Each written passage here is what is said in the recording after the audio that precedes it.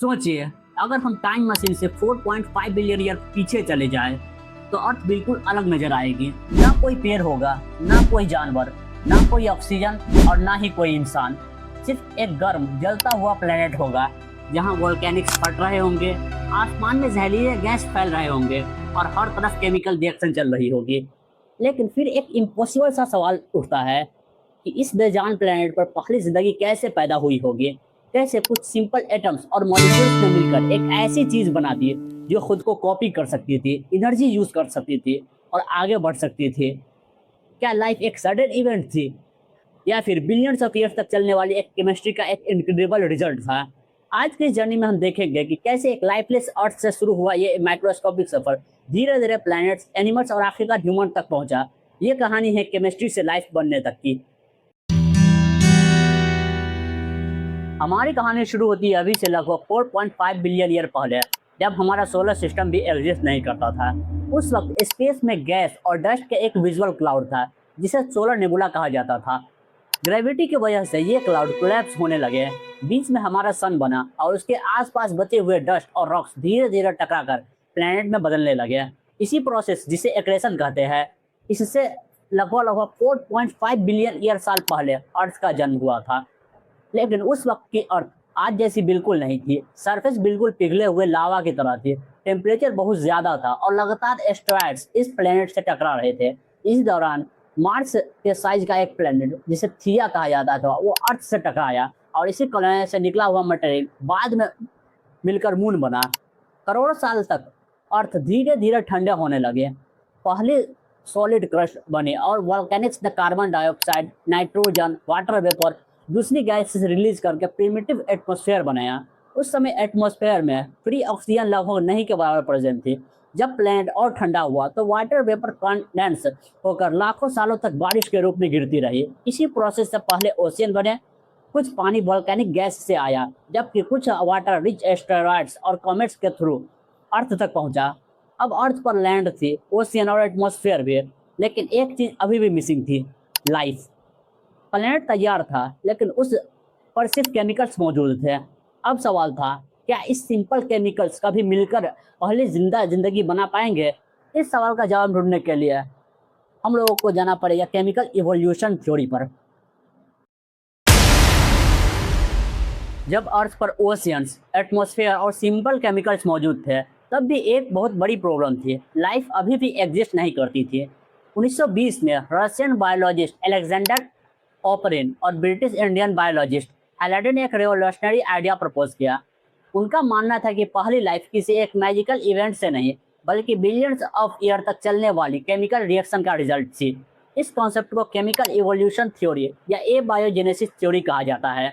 यहाँ एक कॉन्सेप्ट समझना बहुत ज़रूरी है। केमिकल इवोल्यूशन और बायोलॉजिकल इवोल्यूशन दोनों एकदम अलग अलग कॉन्सेप्ट है।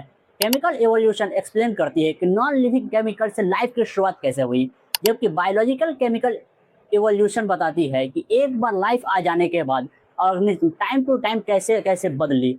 ओपरिन और हैलाडे के हिसाब से अर्ली अर्थ के ओशियन सिर्फ पानी से नहीं, बल्कि कई तरह के डिजॉल्व केमिकल से भरे हुए थे। वोल्केनिक लाइट्स और सूरज के इंटेंस अल्ट्रावायलेट रेज लगातार इन केमिकल्स को एनर्जी दे रहे थे। इस केमिकल रिच एनवायरनमेंट को बाद में प्राइमोर्डियल सूप का नाम दिया गया। साइंटिस्ट का मानना था कि करोड़ों सालों तक चलने वाले इस रिएक्शन ने धीरे धीरे सिंपल इनऑर्गेनिक मॉलिक्यूल्स को कॉम्प्लेक्स ऑर्गेनिक मॉलिक्यूल्स में बदल दिया, जो आगे चलकर लाइफ का निर्माण किया। ये सारे सिंपल मॉलिक्यूल्स कॉम्प्लेक्स मॉलिक्यूल में कन्वर्ट होने लगे। ये सारे मॉलिक्यूल ओशियन में इधर उधर बिखरते हुए थे और ये हमेशा अलग अलग रहते, तो कॉम्प्लेक्स केमिकल रिएक्शन का स्टेबल तरीका से चलना मुश्किल था। यहीं पर लिपिड्स ने एक इम्पोर्टेंट रोल निभाया। साइंटिस्ट ने देखा कि कुछ फैटी एसिड पानी में नेचुरली गोल्ड बबल्स बना रहे हैं, जिन्हें लिपिड वेसिकल कहा जाता है। इनके अंदर पानी और दूसरे मॉलिक्यूल ट्रैप हो सकते हैं। ये स्ट्रक्चर लिविंग सेल नहीं थे, लेकिन इन्होंने पहली बार मॉलिक्यूल्स को अलग कंपार्टमेंट दिया जहां रिएक्शन ज्यादा इफिशिएंटली हो सकती थी। साइंटिस्ट इन प्रिमिटिव सेल के स्ट्रक्चर को प्रोटोसेल कहते हैं। लेबोरेटरी एक्सपेरिमेंट दिखाते हैं कि प्रोटोसेल ग्रो कर सकते हैं और कुछ कंडीशन में डिवाइड भी हो सकते हैं। यह बायोलॉजिकल सेल डिवीजन नहीं है, लेकिन इसे पता चलता है कि सिंपल केमिस्ट्री भी कॉम्प्लेक्स बिहेवियर दिखा सकती है। अगर किसी प्रोटोसेल के अंदर आरएनए जैसे मॉलिक्यूल्स मौजूद होते तो उनके सर्वाइव करने के रेप्लिकेट करने के चांसेस बढ़ जाते हैं।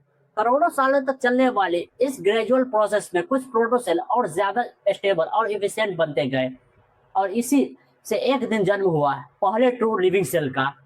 यहीं से केमिस्ट्री की कहानी खत्म नहीं हुई, यहाँ से बायोलॉजिकल इवोल्यूशन की असली शुरुआत हुई। करोड़ों सालों तक चलने वाली केमिकल इवोल्यूशन के बाद कुछ प्रोटोसेल ने धीरे धीरे लाइफ की सबसे इंपॉर्टेंट प्रॉपर्टीज डेवलप कर ली। जेनेटिक इंफॉर्मेशन को कॉपी करना, एनर्जी का यूज करना और अपनी नेक्स्ट जनरेशन बनाना। इसी स्टेज पर पहला ट्रू लिविंग सेल उभरा और यहीं से बायोलॉजिकल इवोल्यूशन की शुरुआत हुई। इससे पहले सेल का एग्जैक्ट स्ट्रक्चर या लोकेशन आज भी अननोन है। हमारे पास इसका कोई डायरेक्ट फॉसिल्स भी अवेलेबल नहीं है, इसीलिए साइंटिस्ट जियोलॉजी, जेनेटिक और लेबोरेटरी रिसर्च के एविडेंस के बेसिस पर मॉडल्स बनाते हैं। यहीं पर एक नाम बहुत इंपॉर्टेंट हो जाता है, लूका, लास्ट यूनिवर्सल कॉमन एंसेस्टर। लूका को अक्सर पहला लिविंग ऑर्गेनिज्म समझा जाता है, लेकिन ये सही नहीं है। लूका फर्स्ट लाइफ नहीं था, बल्कि वो सबसे रिसेंट कॉमन एंसेस्टर जैसा दिखने वाला लिविंग ऑर्गेनिज्म था, जैसे बैक्टीरिया, आर्कीबैक्टीरिया, यूबैक्टीरिया की एंसेस्ट्री जुड़ी हुई थी उससे। इसका मतलब लूका से पहले भी प्रिमिटिव लाइफ फॉर्म्स एग्जिस्ट करते थे, लेकिन उनमें से सिर्फ कुछ ही लिंक सर्वाइव कर पाए। साइंटिफिक एविडेंस के मुताबिक 3.5 से 3.8 बिलियन ईयर पहले तक अर्थ पर माइक्रोवेव लाइफ मौजूद थे। इससे पता चलता है कि अर्थ बनने के लगभग 100 मिलियन साल बाद लाइफ की शुरुआत हो चुकी थी। लेकिन एक और सवाल बाकी था, क्या इस पूरी कहानी तो सपोर्ट करने के लिए कोई एक्चुअल साइंटिफिक एविडेंस है? तो हाँ, ये अवेलेबल है। साइंटिफिक एविडेंस भी अभी हम लोग समझेंगे। केमिकल इवोल्यूशन थ्योरी एक इंटरेस्टिंग आइडिया जरूर है, लेकिन साइंस में किसी भी थ्योरी को एक्सेप्ट करने के लिए एविडेंस जरूरी होता है।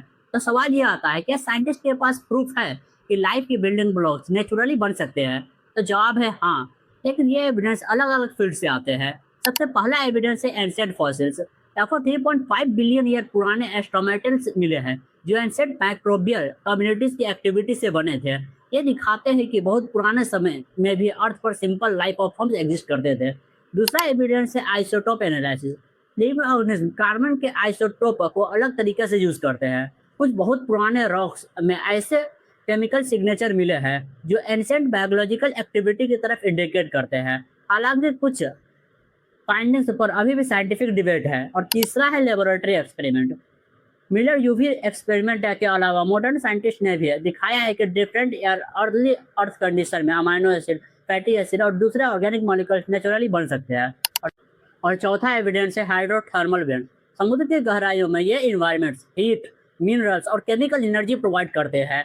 आज भी यहाँ ऐसे माइक्रो ऑर्गेनिज्म मिलते हैं जो सनलाइट के बिना सर्वाइव करते हैं, इसलिए साइंटिस्ट इन्हें अर्ली लाइफ का पॉसिबल लोकेशन में से एक मानते हैं। और पांचवा एविडेंस है मेट्रोराइट्स।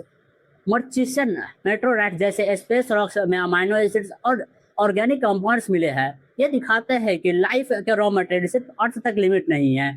लेकिन अभी भी एक मिस्टीरियस सॉल्व नहीं हुई है। आरएनए पहली बार कैसे बनी, पहला सेल्फ रेप्लिकेटेड मॉलिक्यूल कैसे डेवलप हुआ और केमिस्ट्री से बायोलॉजी में एग्जैक्ट ट्रांजिशन कैसे हुआ, इन सवालों का आंसर ढूंढने के लिए साइंटिफिक एविडेंस होना जरूरी है और रिसर्च भी। लेकिन इतने एविडेंस अब तक मिले हैं वो सजेस्ट करते हैं कि सिंपल केमिकल जैसे कॉम्प्लेक्स बायोलॉजिकल सिस्टम तक का सफर साइंटिफिकली पॉसिबल है। अगर हम पूरी कहानी को एक लाइन में समझे तो ये एक ऐसे प्लेनेट की कहानी है जो कभी बिल्कुल बेजान था, लेकिन धीरे धीरे केमिस्ट्री ने ऐसा सफर तय किया जिससे लाइफ का जन्म हुआ। लगभग 4.54 बिलियन ईयर पहले अर्थ का फॉर्मेशन हुआ। शुरुआत में ये एक गर्म और वायलेंट प्लेनेट था। धीरे धीरे इसकी सरफेस ठंडी हुई, ओशियन बने और एक ऐसा एनवायरनमेंट क्रिएट हुआ जहाँ केमिकल रिएक्शन पॉसिबल हो सके। लाइट रिएक्शन में ऑर्गेनिक मॉलिक्यूल्स बने।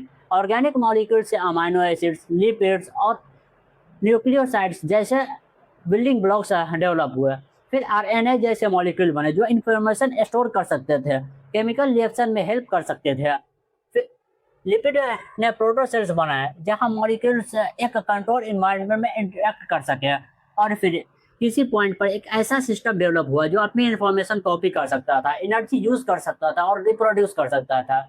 यही थी पहली जिंदगी की शुरुआत। इसके बाद एवोल्यूशन ने अपना काम शुरू किया। सिंपल माइक्रो ऑर्गेनिज्म से कॉम्प्लेक्स माइक्रो ऑर्गेनिज्म सेल्स बने।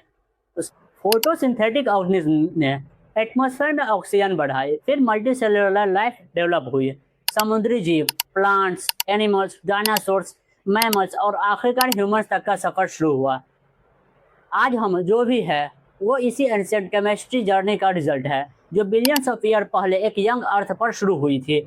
लेकिन ओरिजिन ऑफ लाइफ की कहानी अभी पूरी तरह सॉल्व नहीं हुई है। साइंटिस्ट अभी अभी ये समझने की कोशिश कर रहे हैं कि एग्जैक्ट पहला लिविंग सिस्टम कैसे बनी और केमिस्ट्री ने बायोलॉजी का रूप कैसे ले लिया। और शायद यही साइंस की सबसे बड़ी खूबसूरत की बात है। हर जवाब के साथ एक नए सवाल पैदा होती है, क्योंकि जब हम पूछते हैं लाइफ अर्थ पर कैसे आई, तो हम सिर्फ अपनी बिगनिंग नहीं ढूंढ रहे होते, हम यूनिवर्स में अपनी जगह को समझने की कोशिश कर रहे होते हैं। एक बेजान प्लेनेट से शुरू हुई ये कहानी आज हम तक पहुंची है। हम खुद इस कॉस्मिक केमिस्ट्री का एक हिस्सा है। अगर आपको ये वीडियो पसंद आई तो इसे लाइक करें और चैनल को सब्सक्राइब करें।